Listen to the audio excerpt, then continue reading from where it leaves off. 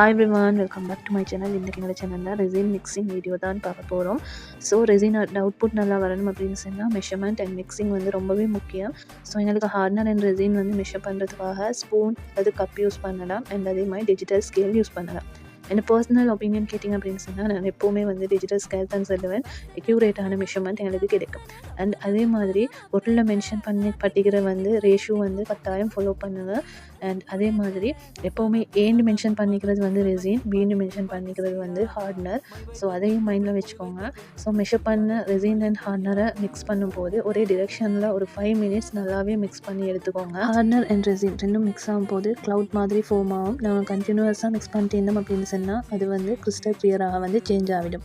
And mix பண்ண மிக்சிங்கை கண்டிப்பாக 10 minutes rest பண்ண விடுங்க. ஆஃப்டர் 10 மினிட்ஸ் வந்து எனக்கு ஒர்க்குக்காக யூஸ் பண்ணி கொள்ளிடும். அண்ட் இது மாதிரி யூஸ்ஃபுல்லான வீடியோஸ் எங்கள் சேனலில் சப்ஸ்கிரைப் பண்ணி சப்போர்ட் பண்ணுங்கள். தேங்க்ஸ் ஃபார் வாட்சிங்.